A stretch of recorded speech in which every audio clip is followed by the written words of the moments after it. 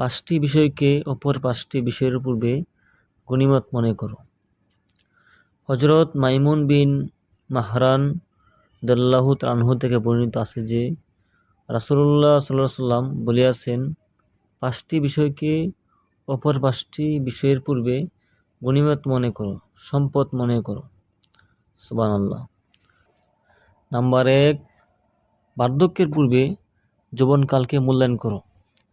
বৃদ্ধ হওয়ার পূর্বে, বুড়া হওয়ার পূর্বে যৌবনকালকে মূল্যায়ন করো। সুবহানাল্লাহ। নাম্বার 2, অসুস্থতার পূর্বে সুস্থতাকে মূল্যায়ন করো। নাম্বার 3, ব্যস্ততার পূর্বে অবসর সময়কে কাজে লাগাও, মূল্যায়ন করো। নাম্বার 4, দারিদ্রতার পূর্বে সম্পদশালীকে মূল্যায়ন করো। নাম্বার 5, মৃত্যুর পূর্বে হায়াতকে মূল্যায়ন করো। সুবহানাল্লাহ। প্রিয় দর্শক, যৌবনকাল এবং সক্ষমতার সময় যতটুকু ইবাদত বন্দেগী মেহনত করা সম্ভব বাস্তবে হয়, বার্ধক্যে তাহা কল্পনাও করা দুষ্কর। আপনি যৌবনকালে যে পরিমাণ আল্লাহ রাব্বুল আলামিনের ইবাদতবন্দি করতে পারবেন, বৃদ্ধকালে তা পারবেন না, ইচ্ছা করলেও পারবেন না। এজন্য নবীজি বলছেন যে বৃদ্ধ হওয়ার পূর্বে যৌবনকালকে মূল্যায়ন করো।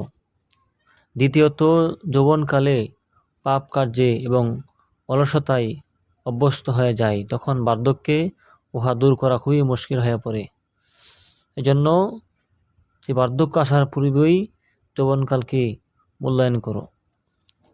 এরপরে সুস্থতা জীবনের অত্যন্ত মূল্যবান অংশ, আর উহা সঠিক অনুভব অসুস্থ অবস্থায় সম্ভব। এজন্যই সুস্থ অবস্থায় সময় বিনষ্ট করা অত্যন্ত ক্ষতিকর কথা। রাত অবসর সময় যদি জিকির ইবাদতে লিপ্ত না হইয়া রাত্রে সময়টুকু নষ্ট করিয়া দেয়, তাহলে দিনের বেলায় পার্থিক ব্যস্ততা তাহাকে কীভাবে ইবাদতের সুযোগ দিতে পারে? শীতের রাত্রিতে যদি ইবাদত না করে দিনের বেলায় সুযোগ কোথায়? এজন্য প্রিয় দর্শক, রাসূল করিম সাল্লাল্লাহু আলাইহি সাল্লামের এই 5টি উপদেশ আমরা অক্ষরে অক্ষরে পালন করব। তাহলে আমাদের জন্য পরকালে আসবে সফলতা এবং দুনিয়ার জীবন আসবে সুখ শান্তি।